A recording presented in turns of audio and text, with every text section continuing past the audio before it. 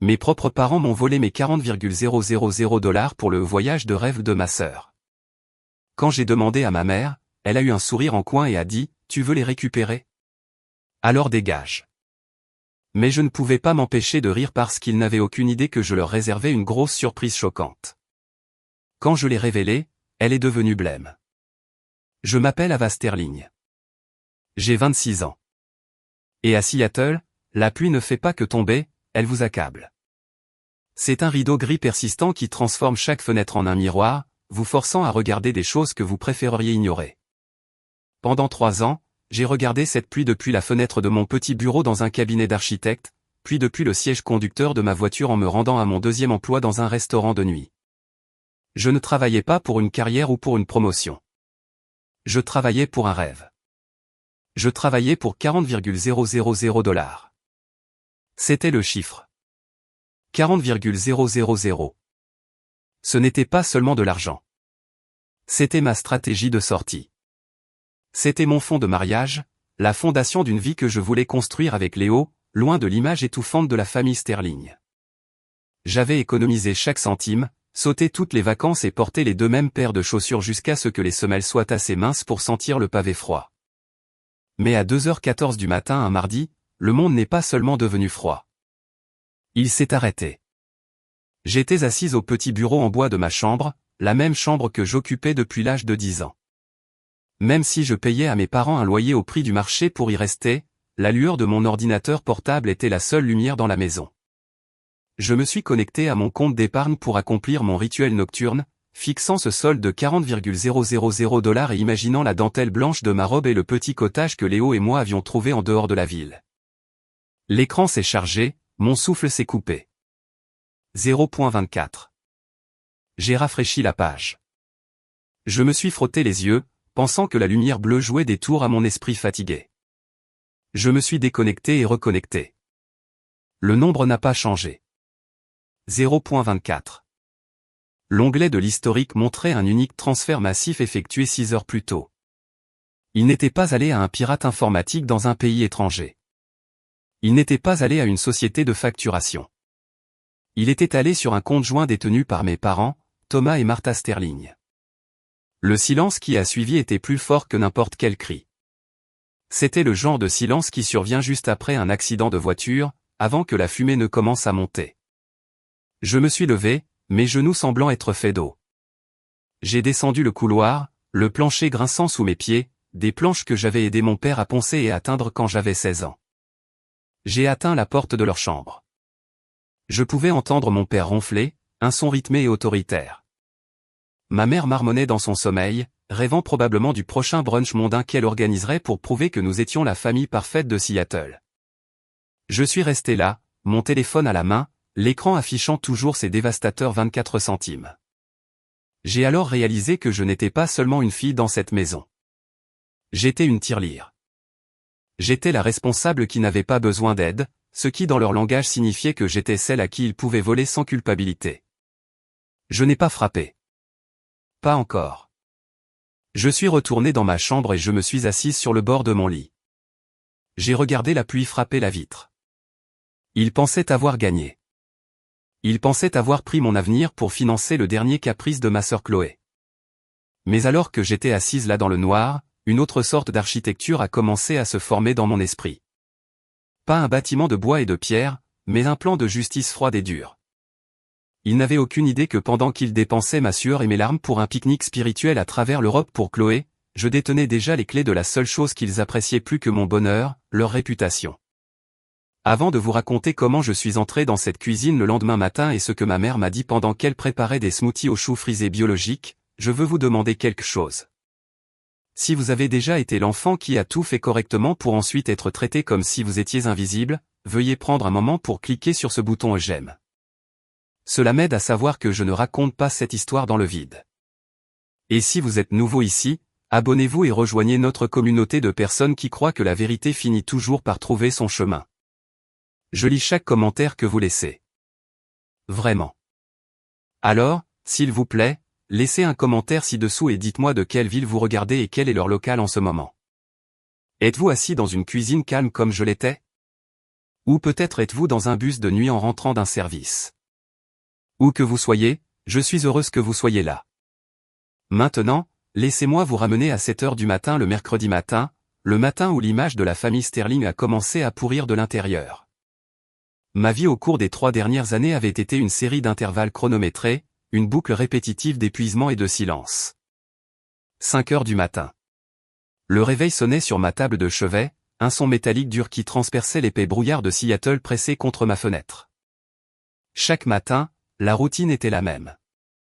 Mes pieds touchaient le plancher froid, des planches sur lesquelles je payais $800 par mois pour marcher, même si je vivais dans ma chambre d'enfant. Je commençais ma journée chez Vanguard Architecture. J'étais officiellement assistante dessinatrice junior, ce qui était le code d'entreprise pour la fille qui fait 80% du travail pendant que les associés principaux jouent au golf. La charge de travail ne me dérangeait pas.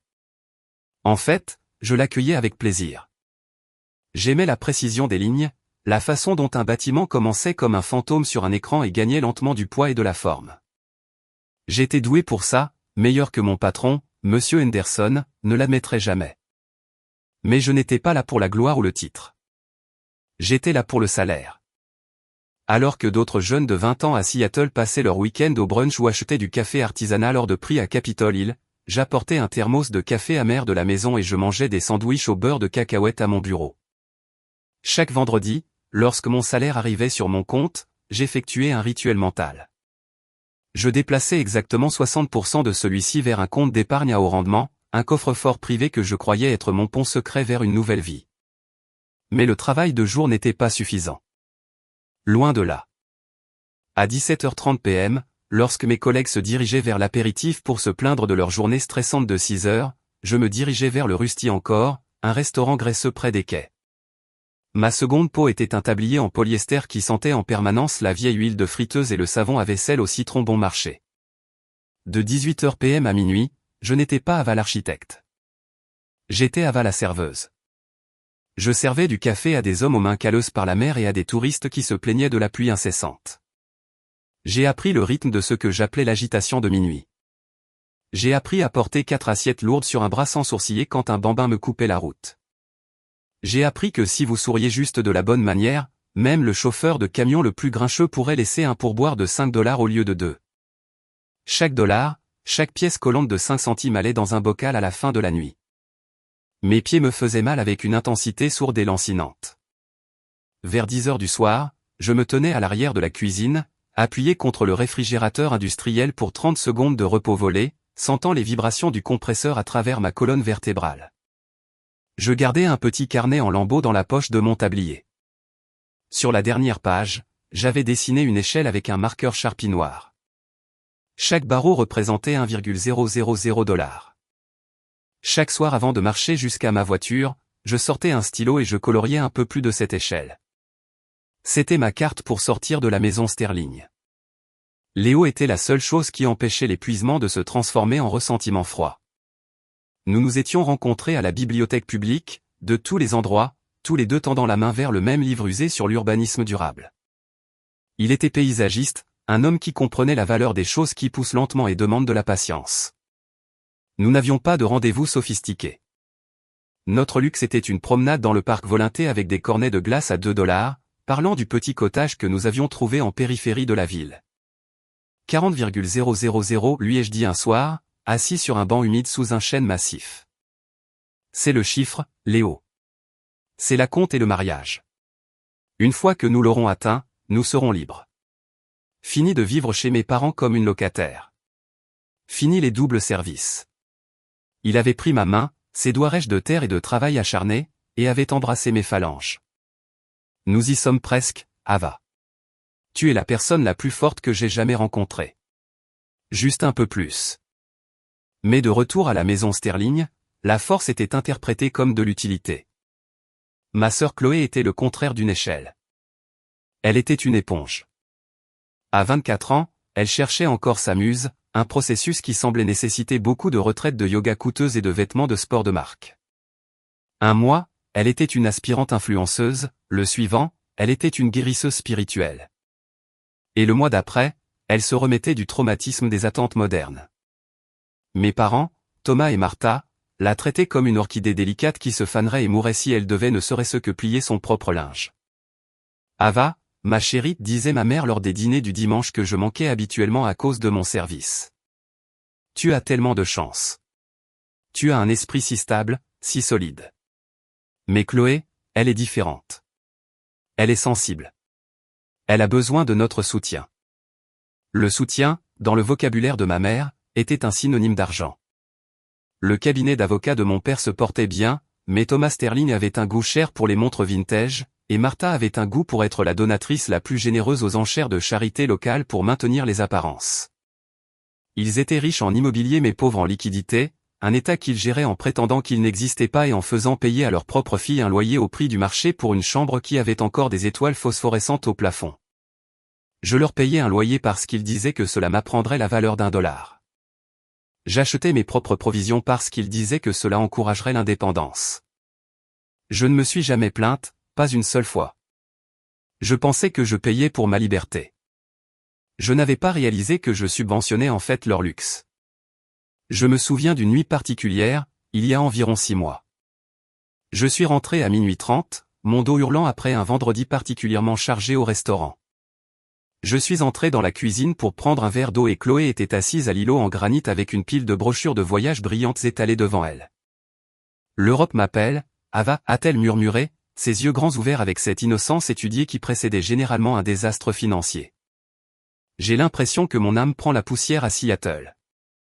J'ai besoin de voir le soleil en Toscane. J'ai besoin de respirer l'air des Alpes suisses.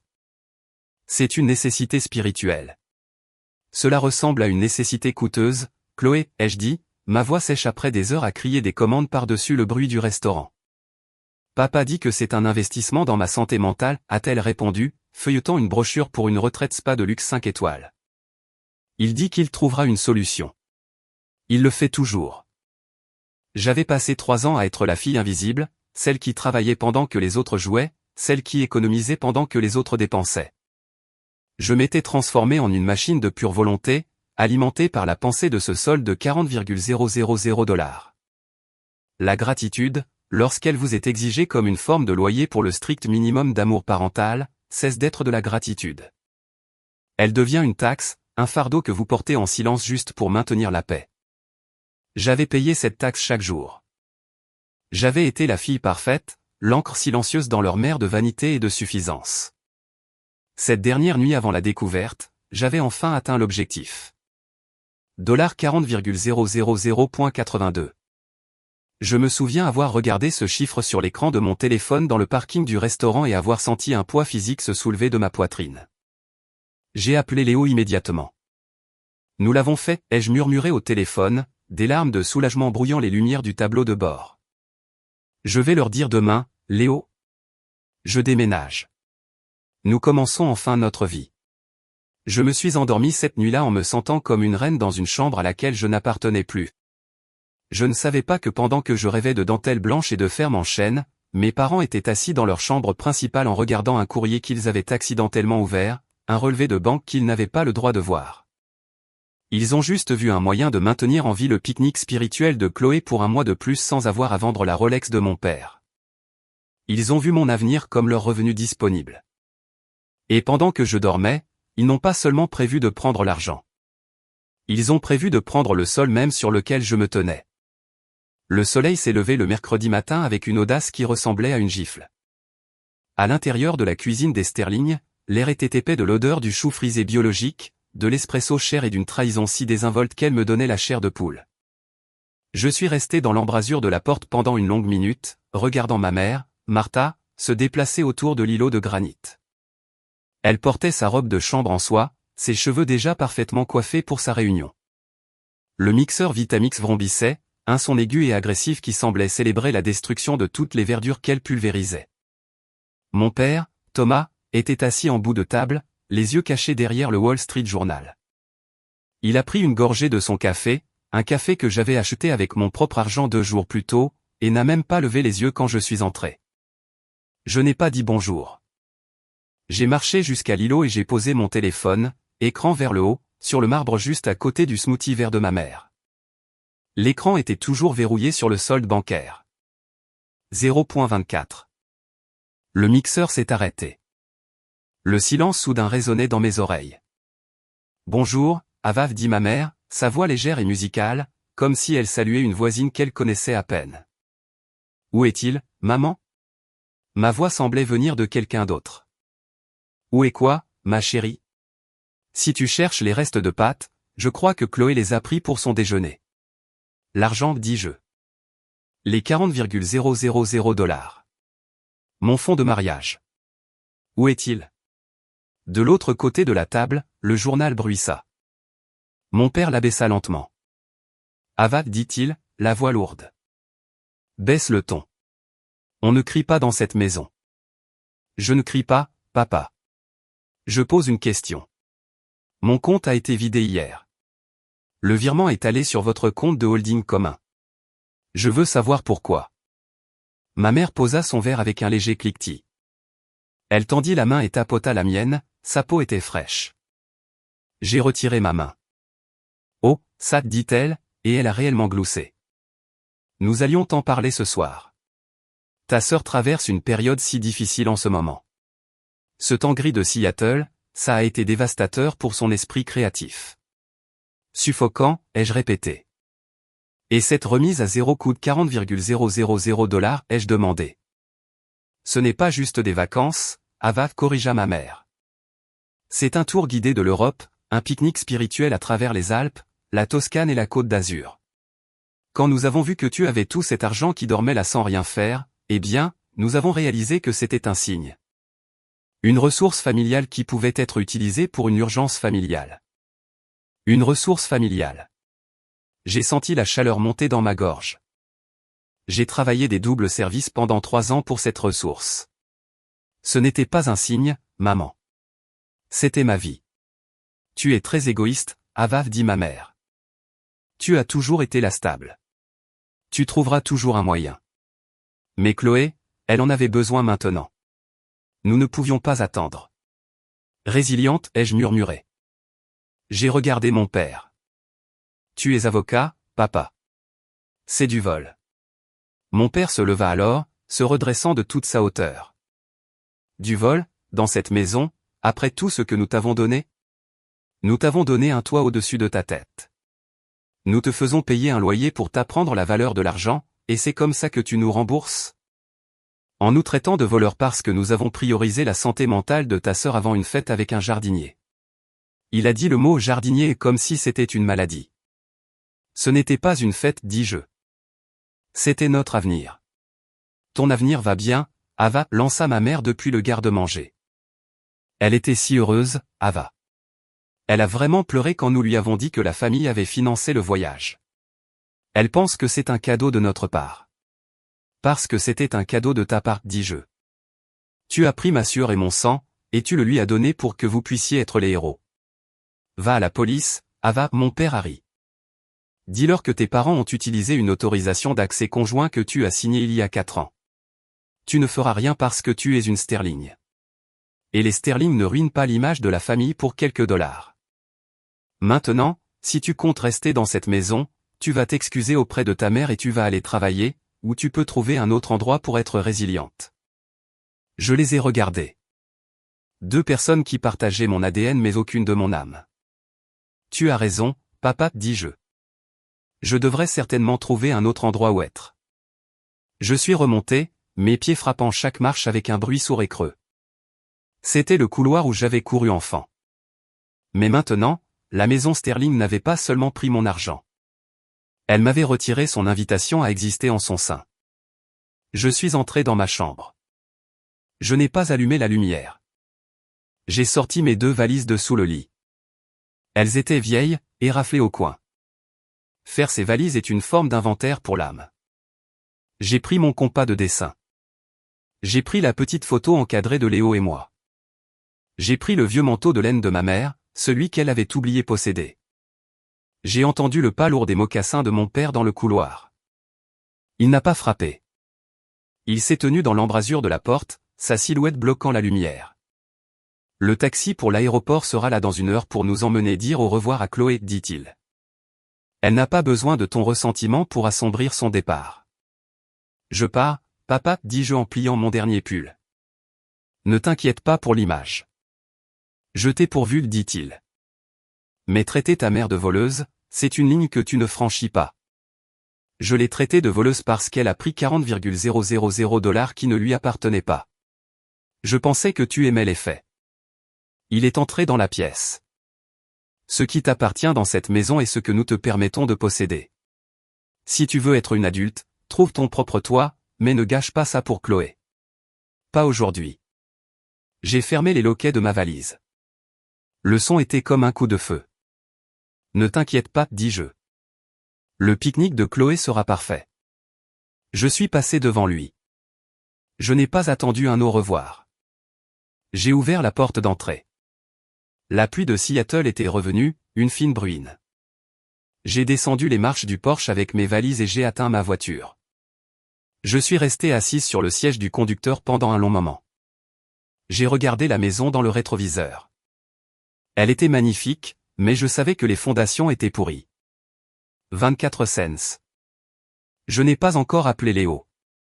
Je voulais être solide, comme ma mère l'avait toujours dit. Mais en sortant de l'allée, je ne partais pas seulement.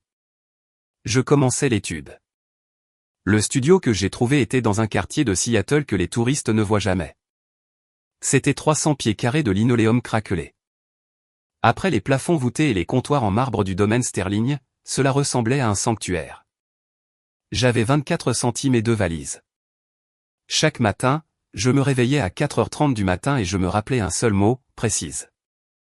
J'ai réalisé que la résilience n'est qu'un autre mot pour quelqu'un qui sait comment survivre à une démolition. Je suis retourné chez Vanguard Architecture avec une concentration qui effrayait mes collègues. Je suis devenu un fantôme au bureau, restant jusqu'à l'arrivée des équipes de nettoyage.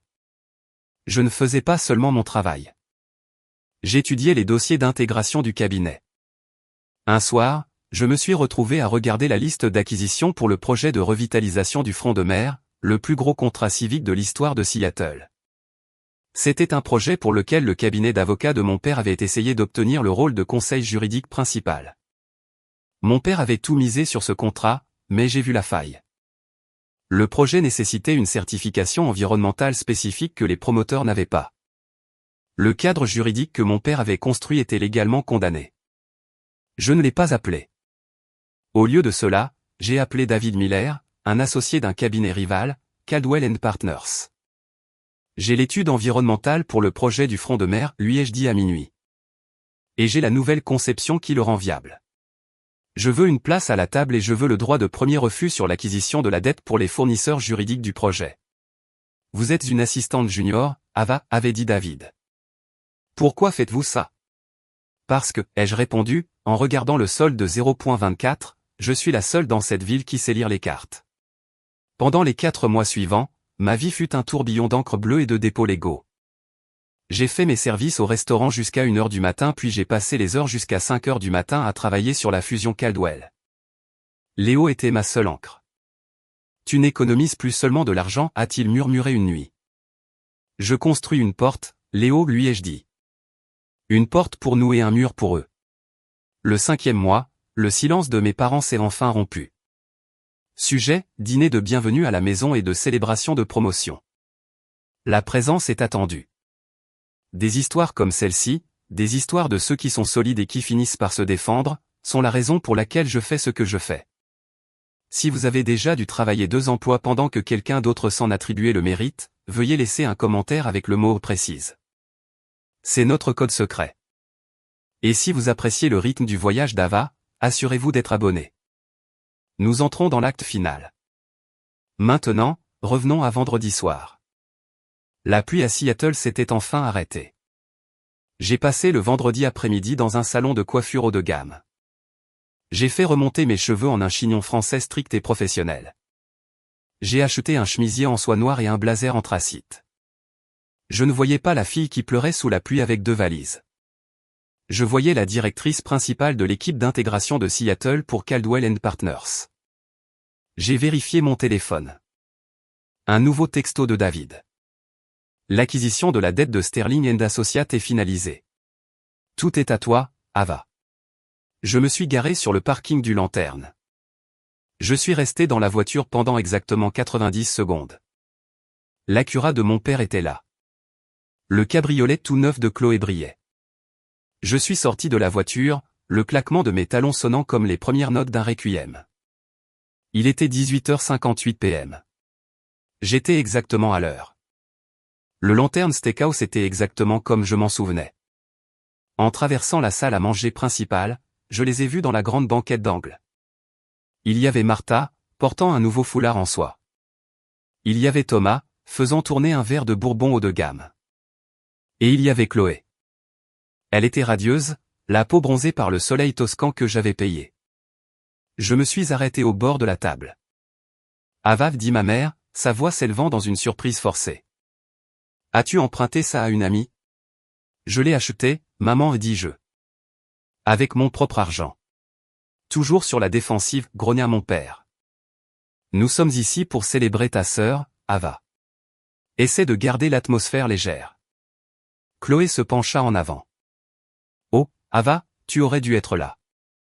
Les Alpes ont changé ma vie. Je pense vraiment que cet argent a été utilisé pour son plus haut dessein. Tu ne crois pas? Je pense que l'univers a une drôle de façon d'équilibrer les comptes, Chloé, ai-je répondu. Elle est juste jalouse, Chloé, murmura ma mère. Certaines personnes trouvent leur niveau dans les bureaux et les restaurants, et c'est parfaitement bien. Mon père tapa sur son verre avec un couteau à beurre. Je veux porter un toast à Chloé pour s'être trouvée et à la famille Sterling. Certains d'entre nous ont dû s'enfuir et jouer les professionnels dans un studio, mais ceux qui sont restés, ce sont eux qui hériteront du patrimoine. Il me regarda directement. Nous avons mis à jour le fidéicommis familial la semaine dernière. GA, le domaine de Lakefield, les actions du cabinet, tout est transféré à Chloé. Nous avons décidé que les actifs devaient rester avec ceux qui apprécient vraiment l'image de la famille. Il s'attendait à ce que je pleure, mais je suis resté assise là. Je ne suis pas venu ici pour le fidéicommis, papa, dis-je. En fait, dis-je, en tendant la main et en posant le sac de mon ordinateur portable sur mes genoux, il y a une dernière chose au menu, une annonce de fusion. J'ai sorti un mince dossier en plastique. J'ai fait glisser la première feuille sur la table vers mon père. Qu'est-ce que c'est, a-t-il lâché. C'est un communiqué de presse de Caldwell & Partners, dis-je. Ils viennent de finaliser l'acquisition de la dette de la revitalisation du front de mer. Et à partir de 9h du matin ce matin, j'ai été nommée directrice principale de l'équipe d'intégration de Seattle. J'ai fait glisser le deuxième papier vers lui, un avis de saisie pour le domaine de Lakefield. La deuxième hypothèque que vous avez contractée pour payer le pique-nique spirituel de Chloé a été regroupée dans un portefeuille à haut risque, ai-je continué. Mon cabinet a acheté ce portefeuille. Le fidéicommis que vous avez mis à jour la semaine dernière. C'est un fidéicommis pour une maison qui est actuellement en défaut de paiement. C'est moi qui détiens la créance, papa. Le silence à table était un vide. Le visage de mon père a pris la couleur du vieux papier. C'est un mensonge, a-t-il murmuré. Tu réponds au téléphone. Je suis l'architecte qui a lu les cartes que vous ne pensiez pas que je pouvais comprendre, dis-je. Et maintenant, c'est moi qui décide si vous restez dans cette maison ou si je la transforme en parc public. À la table voisine, David Miller se leva et s'approcha. Tout va bien, Ava, demanda-t-il. Tout est précis, David, dis-je. Mon père réalisa alors que je n'étais pas la fille qui était partie avec 2 valises. Ava, ma chérie, commença ma mère. Nous pouvons en parler. La famille, c'est la famille, n'est-ce pas? Vous avez déjà trouvé l'arrangement il y a 6 mois, maman, dis-je. Vous m'avez pris 40,000 $ et m'avez dit que j'étais résiliente. Eh bien, vous aviez raison. Je le suis, et j'ai utilisé cette résilience pour m'assurer que l'image des Sterling que vous aimez tant est enfin un reflet fidèle de ses fondations, vides. Je regardais Chloé. Profite du dessert, dis-je. L'air dans la salle privée du Lanterne semblait avoir été aspiré de la pièce. Mon père fixait l'avis de saisie. Chloé a attrapé son verre de vin, sa main tremblant si violemment que le liquide rouge a débordé du bord. Ava, tu ne peux pas être sérieuse, a murmuré Chloé. Où suis-je censé aller? Je ne prends rien, Chloé, dis-je. J'exerce les droits de l'actionnaire majoritaire. Papa a manqué 3 paiements. Dans le monde de la finance, cela fait de la maison un passif. J'ai simplement acheté la dette. Nous sommes tes parents, a finalement trouvé sa voix mon père. Tu ne peux pas simplement nous expulser à cause d'un désaccord financier. Ce n'était pas un désaccord, papa. C'était un vol, ai-je répondu. Vous pensiez que j'étais la responsable parce que j'étais facile à exploiter. Vous n'avez pas réalisé que les personnes responsables sont aussi celles qui tiennent les meilleurs registres. Ava, ma chérie, dit ma mère. Nous te rembourserons chaque centime. Avec quoi, maman, ai-je demandé. Le crédit du cabinet est au maximum. Vous n'avez pas 40,000 $. Vous n'avez même pas le chou frisé dans votre frigo. Mon père se leva. Tu as fait ça? Siffla-t-il. Tu t'es tranquillement assise dans ce petit appartement et tu as comploté pour nous ruiner. Je me suis assise dans cet appartement et j'ai planifié comment survivre, l'ai-je corrigé. C'est toi qui m'as appris que la personne qui lit la carte possède le territoire. J'ai juste suivi ta leçon. Je me suis levé. Le poids des 3 dernières années s'est évaporé. La saisie prend effet dans 30 jours, dis-je. Je ne suis pas vous, mais l'image des sterling est officiellement terminée. Chloé, je te suggère de trouver un emploi. J'ai entendu dire que le Rusty encore cherche une serveuse. Le tablier en polyester gratte, mais il t'apprend beaucoup sur la valeur $1. Tu es un monstre, a craché Chloé. Non, dis-je en me dirigeant vers la sortie. Je suis une architecte, et je viens de terminer la démolition. En sortant, l'air frais de la nuit de Seattle m'a frappé le visage comme une bénédiction. Je ne me sentais pas comme une méchante. Je me sentais comme une femme qui avait enfin nettoyé le site. Le terrain était nivelé et pour la première fois de ma vie, j'étais prête à construire quelque chose qui ne s'effondrerait pas. La pluie à Seattle ne doit pas toujours être ressentie comme un poids. Certains jours, elle ressemble juste à de l'eau, nettoyant les rues et lavant la poussière d'une maison qui tombait en ruine depuis des années. Je suis assise sur le large porche avant du petit cottage en périphérie de la ville, celui que Léo et moi avons enfin pu obtenir. Nous n'avons pas utilisé les 40,000 $. Au lieu de cela, j'ai utilisé mon premier bonus de Caldwell & Partners. C'était une maison modeste, mais chaque clou dans le plancher était à moi. La saisie du domaine Sterling a été finalisée en juin. J'ai appris par Linda qu'ils ont déménagé dans un 2 pièces en location près du quartier industriel. Chloé consulte actuellement pour un blog spirituel, ce qui signifie surtout qu'elle cherche toujours une nouvelle échelle à gravir, mais elle le fait sous un toit que ma société de holding possède techniquement. Léo est sorti de la cuisine avec 2 tasses de thé noir nature. Tu penses à eux, a-t-il demandé. Non, dis-je. Je pensais juste aux cartes. Elles sont en fait juste une façon de dire que je suis ici et c'est là que je me tiens. La responsable était partie. J'étais juste Ava. Une femme gentille n'est pas une femme douce. C'est une femme qui a choisi chaque matin de ne pas devenir les personnes qui l'ont blessée. Mon père m'a laissé une leçon dans sa cupidité et ma mère m'a laissé une carte dans sa trahison. J'ai suivi les deux et elles m'ont mené ici. Si vous avez déjà été l'enfant invisible, j'espère que mon histoire vous a atteint aujourd'hui. J'espère que vous savez que votre résilience n'est pas une cage. C'est la fondation de la maison que vous allez construire pour vous-même. Merci d'avoir écouté mon histoire. Si cela a signifié quelque chose pour vous, veuillez cliquer sur ce bouton j'aime. Et si vous ne l'avez pas encore fait, abonnez-vous pour nous rejoindre pour plus d'histoires de vérité et de justice. Je lis chaque commentaire, alors dites-moi, qu'auriez-vous fait dans ce restaurant? Cette histoire est entièrement fictive et destinée uniquement à des fins de divertissement et d'éducation.